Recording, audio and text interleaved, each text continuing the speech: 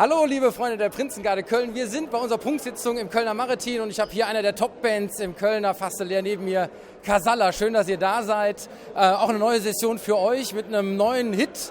Erzählt mal ganz kurz Titel und Inhalt und um was geht es da? Ja, das Lied heißt Mir sind Eins, ist ein bisschen ruhiger für unsere Verhältnisse auch auf jeden Fall. Und es geht im Prinzip darum, dass es die Menschen sind, die die Stadt ausmachen und die verschiedenen Typen und Charaktere der Menschen am Ende dann alle eins sind. Und genau, das ist so ein bisschen die Kernaussage. Und ihr seid ja auch eins mit euren Fans und neben dem normalen Karneval füllt ihr auch inzwischen die ganzen Hallen. Letztes Jahr war, glaube ich, ein besonderes Highlight, oder?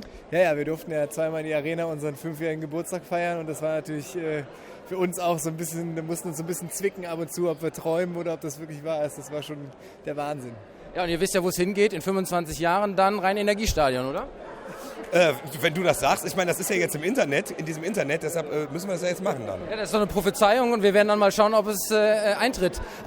Neue Session, gerade auch ihr am Anfang, ihr habt eine Menge Auftritte. Wie bereitet man sich drauf vor? Wann geht es sozusagen los, auch im Vorfeld, wenn ihr sozusagen nicht nur die neuen Lieder schreibt, sondern euch auch in irgendeiner Art und Weise mit den Stücken und dem Ablauf vorbereitet?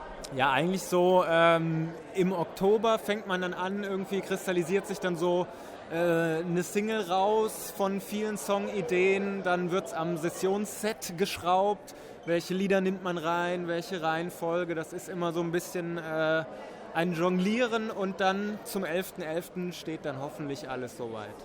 So, für uns eine besondere Session, 111 Jahre Prinzengarde. Ich glaube, da ist ein kleiner Geburtstagswunsch oder Gruß noch angesagt. Schieß los.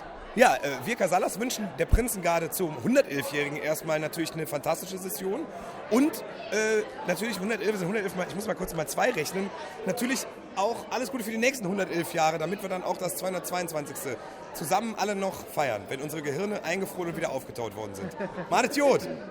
So ist es und wir freuen uns auf euren Auftritt bei unserer Punktsitzung und für euch eine schöne Fastelovend und Kölalaf.